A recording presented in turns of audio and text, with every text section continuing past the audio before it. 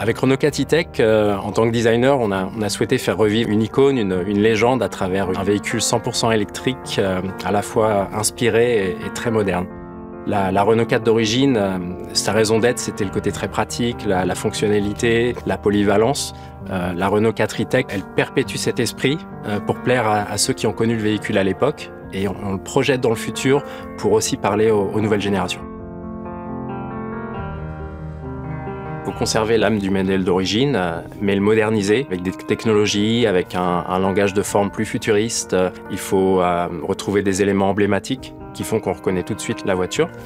Il ne s'agit pas de copier strictement les éléments de la voiture historique, c'est plutôt de retrouver l'esprit, l'effet. Par exemple, la calandre horizontale que l'on a dorénavant allumée sur R4 avec la légère inflexion dans la partie basse pour lui donner plus de caractère. Je pense aussi au phare rond que l'on a tronqué sur le haut et sur le bas pour avoir un regard plus affirmé. J'ai d'autres exemples en tête comme la vitre en trapèze au-dessus de la roue arrière et découpée par la porte en diagonale, les feux en gélule à l'arrière. C'est plutôt réactiver des codes de manière ultra moderne.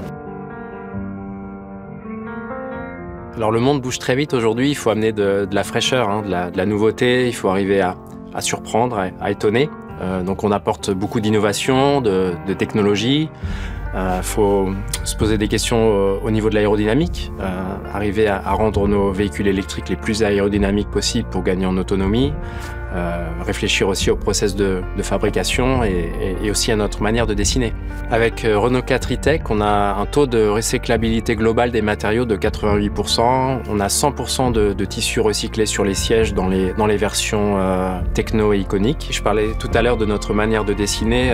Les 3 barres embouties sur les portes des R4 E-Tech sont un bon exemple de faire un design intéressant, iconique, qui fait également clin d'œil à la voiture historique sans pour autant utiliser 3 kg de polypropylène injecté.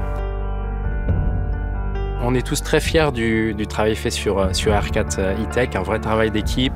Ça a été très intéressant de réinventer une icône comme la Renault 4 historique, travailler sur les éléments emblématiques et les moderniser.